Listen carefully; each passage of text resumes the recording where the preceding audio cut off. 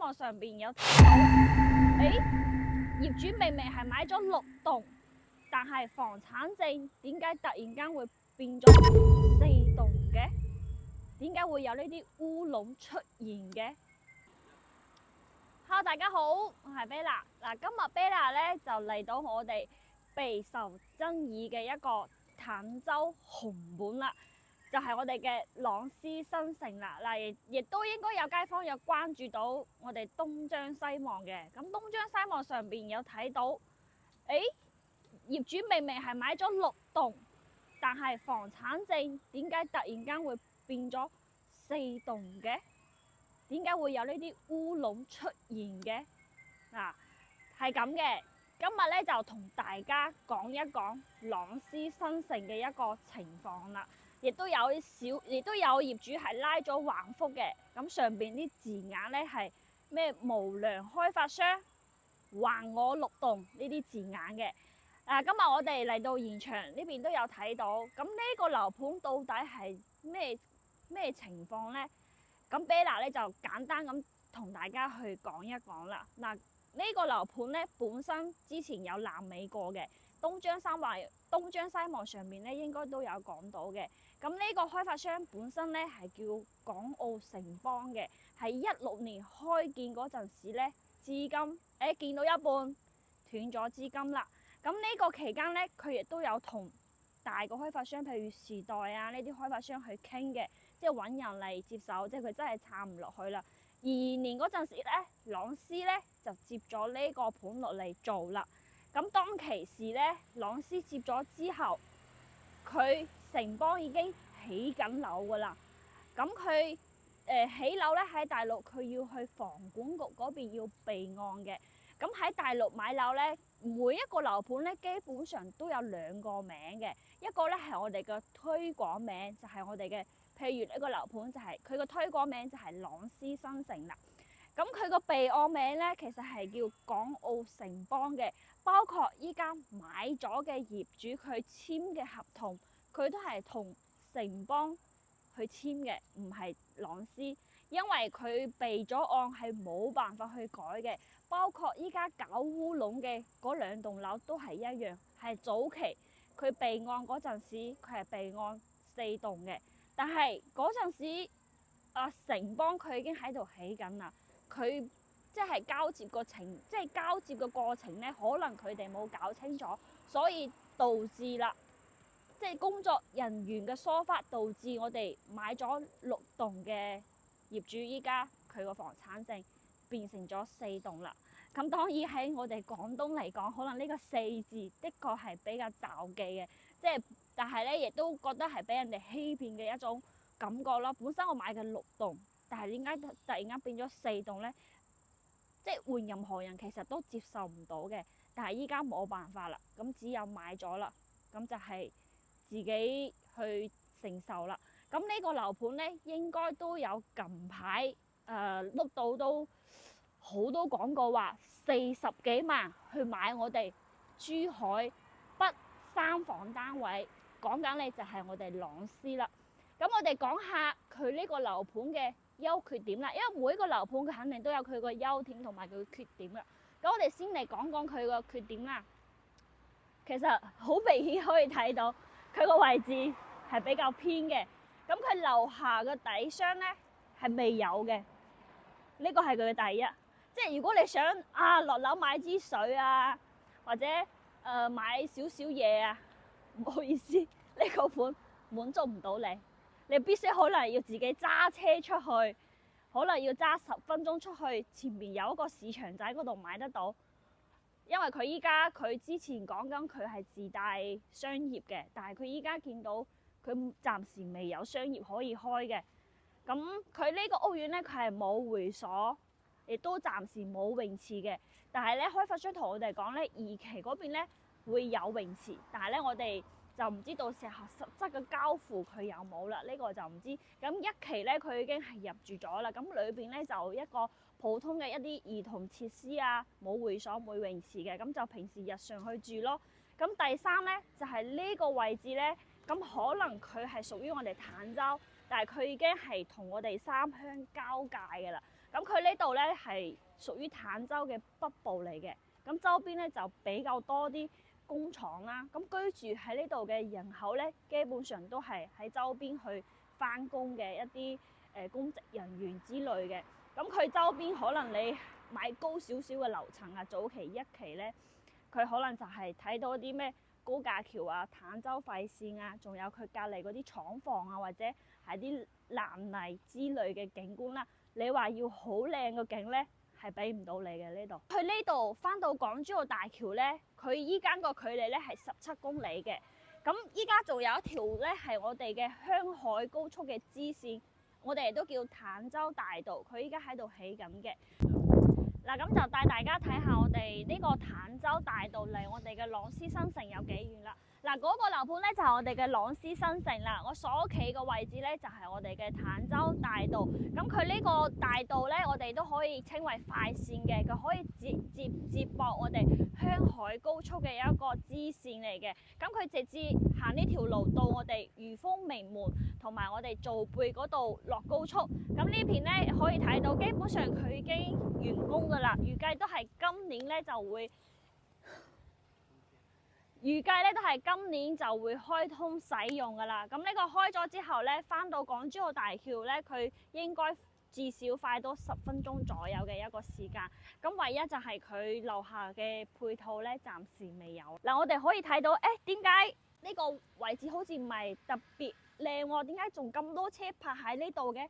係因為近排呢個開發商佢依家做緊活動。嗱，我哋好多網上碌到嘅視頻啊，或者睇到應該都有睇，47萬買3房就係呢個盤啦。其實實質性咧係買唔到嘅，因為呢度佢依家真正你去到現場計價咧係要去到7000蚊一方嘅。咁佢最細嘅面積係79方，3房2廳2衛，咁佢都要去到50幾萬嘅，係啦，50幾萬。咁呢啲車咧好多係我哋可能過嚟睇樓啊，或者大廈嘅一啲同事嘅車嚟㗎。咁佢之前如果有睇過呢個屋苑嘅咧，佢周邊咧係冇咩車嘅，因為佢呢個屋苑佢個體系咧都算大嘅。咁講緊咧係一共有分4期嘅。咁依家佢完全交付咧，只係我哋嘅1期。第1期咧都出咗好多問題。咁早期咧佢又話交樓延遲啦，或者網簽唔到等等嗰啲問題。不過咧，依家已經有30%左右嘅業主入住咗㗎啦。咁依家佢賣緊嘅咧就係我哋嘅2期啦。2期佢依家係有2棟喺度起緊嘅。咁基本上咧已經係封晒頂㗎啦。咁依家佢就係要搞裏邊啲裝修啊，拆嗰啲排山。咁佢個收樓嘅時間咧都比較耐嘅，係要去到明年嘅年底，即係26年嘅年底。咁時間咧就會比較長啲咯，因為佢呢個交樓時間太長啦，咁佢肯定都會存在一部分嘅風險喺度嘅，咁就自己去衡量翻咯。咁佢個優點咧當然都係有嘅，第一就係佢嘅價格平啦。咁佢個價格其實喺成個珠海中山嚟講咧係真係天花板㗎啦，講緊係50零萬可以買3房大裝修。係啊，買唔到，其他地方真係買唔到嘅，除非你買公寓啦。係，但係佢呢個係純住宅嘅一個產品嚟嘅，係真係好實用嘅，實用率咧係真係高嘅。79方做3房，基本上市面上嘅一個我哋講緊嘅競品啊，同佢嘅競爭嘅一個產品好少。佢108方可以做4房，而且係橫廳嘅設計，即係已經係實用率可以講緊係去到100%零公攤嘅一個實用率啦。咁第二咧，咁的確朗詩佢一個園林咧係做得幾好嘅，佢一個園林綠化，你成個人好似一期你行入去咧係幾舒服嘅。可能係因為冇咩人啦，反正我覺得靜嘅，而且佢個園佢嘅一啲綠植咧係有人去打理嘅。咁加上咧佢嘅外立面好似佢16年開始建嘅，咁到依家咧都已經有好多年嘅時間。咁佢個外立面睇落去咧都係非常之新嘅，唔會話好似嗰啲放咗幾年已經好舊啦。每一個樓盤咧都有去買嘅人嘅，咁就睇翻你自己衡量翻。咁呢個盤佢真係平嘅，咁佢都存在咗一啲即係交樓時間可能會耐少少，就睇自己可唔可以接受啦。咁仲有咧喺呢度咧，即係要有車出入至方便嘅。咁咁可能你想咁或者可能你覺得價錢平平啲又冇所謂嘅，買你自己到養老退休，你係中意呢啲環境嘅，咁你可以考慮嘅，係啦。咁呢個就係見仁見智啦。咁有嗰句就講嗰句嘅。我哋依家帶大家上去睇睇佢一個依家2期賣緊嘅一啲單位係點嘅先。本咧直通巴士都開通咗㗎啦，咁佢一日咧就係有2個班次嘅，有可以去到我哋嘅港珠澳口岸啦，亦都可以直達香港嘅。咁直達香港個票飛咧，到時候可以關注翻呢個港通巴士，咁裏邊咧佢係有買飛，你睇下你喺邊度上車，咁落車個地方全部都有嘅。咁佢一日就2班咯，就有直通巴士翻到我哋香港嘅。嗱，我哋依家就嚟到朗詩新城嘅2期，咁佢2期咧，佢個名咧係叫悅景嘅。咁睇到咧，佢個大門咧已經係做好晒㗎啦，亦都係非常之大氣嘅。講實話啦，7000幾蚊買到咁嘅質素，好似都幾抵下㗎喎。咁佢呢個咧就係到時候我哋2期大門嘅一個入戶嚟嘅。咁到時候咧都會有2Q喺度坐住嘅。咁呢個咧佢依家就冇設嗰個人面嘅，到時候收樓咧係會有人面識別。咁佢呢個咧係會比1期嘅一個小區園林咧會靚好多啦，因為佢加咗呢啲水景，即係會睇起身會大氣好多咯。咁佢亦都係做咗一啲連廊啊，即係平時我哋落雨啊，咁你都唔使驚話會淋到雨。咁佢呢個2期係做咗有連廊嘅一個設計嘅，咁呢個都 OK。開發商咧都係用咗少少心機喺裏邊做呢個園林嘅。咁依家咧，我哋大概已經係傍晚嘅6點幾左右啦。咁佢呢邊嘅可能佢冇咩高嘅樓去擋，所以佢個通風咧係非常之舒服嘅。因為周邊咧都係啲村屋，即係我哋講緊嘅唐樓啊。咁我哋依家上去實體睇睇。咁呢個咧就係佢嘅一個入門 lobby 啦。咁佢都係做得都相當之大氣嘅，係唔錯嘅。呢個有嗰句講嗰句嚇，佢係2梯4伙。咁依家咧係開咗一部 lift 嘅，我哋依家上去睇睇。嗱，我依家咧就上到我哋2期嘅一棟3樓79方嘅一個示範單位啦。咁呢個咧係做到3房2廳2衛嘅。咁依個露台望出去咧，嗱可以睇到啦。最高尖嗰邊咧就係我哋坦洲嘅 CBD 名爵廣場啦。咁依家勾機喺度勾緊嘅咧，都係佢2期嘅一個地塊嚟嘅。到時候咧嗰度都會起樓嘅。咁再過去睇下，都係見到係有一部分啲村屋嚟嘅。咁呢個係坦洲本地嘅一啲村啦。咁嗰邊睇到咧，嗰條就係我哋嘅坦洲快線，要過少少咧就係我哋嘅賣得比較火嘅國際花城啦。咁嗰2棟咧就係我哋個裕豐名品啦。嗱，可以睇到佢係離坦洲都非常之近嘅，只不過係中間隔咗一啲村屋。咁我哋簡單嘅帶大家鏡頭睇下我哋呢個示範單位嘅格局如何。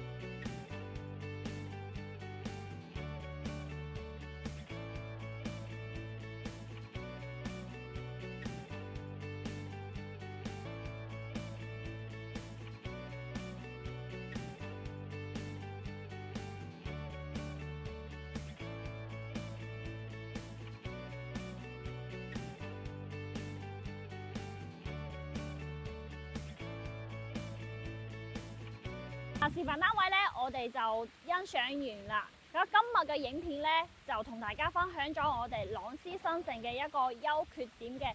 咁如果你都中意我嘅分享，亦都中意 Bella 嘅話咧，麻煩你點下下邊個 link， 關注下我哋個 channel。如果你都想詳細咁了解更多嘅資訊咧，亦都可以聯繫我以上嘅一個電話號碼，都係可以直接 WhatsApp 到我嘅。咁如果你都有問題咧，都可以留言喺下方，我哋一齊去探討。如果你都想了解其他屋苑嘅話，都可以留言俾我，到時候我哋可以去現場拍俾大家睇嘅。咁我哋公司咧，全中山珠海嘅樓盤都係有代理嘅，同我哋公司購買咧，我哋仲贈送一個28,818嘅一個家電大禮包，同我哋嘅3年物業管理費嘅，任何一個樓盤都可以享受嘅喎。嗱，今期咧就分享到呢度啦，拜拜。